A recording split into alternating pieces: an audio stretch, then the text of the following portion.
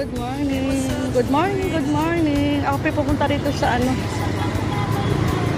Titingnan ko yung aking bike kung magkakaigi pa.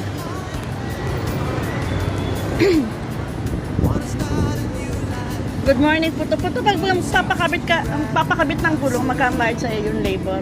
Gulong po na. Ng bike. Papalitan halimbawa yung gulong. Dala na may gulong na po kayo. Halimbawa dito na bibili. May sukat na ay.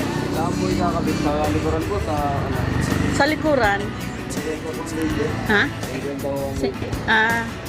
Dito yung 50. Saka papalitan din ng ano yung hangin dyan.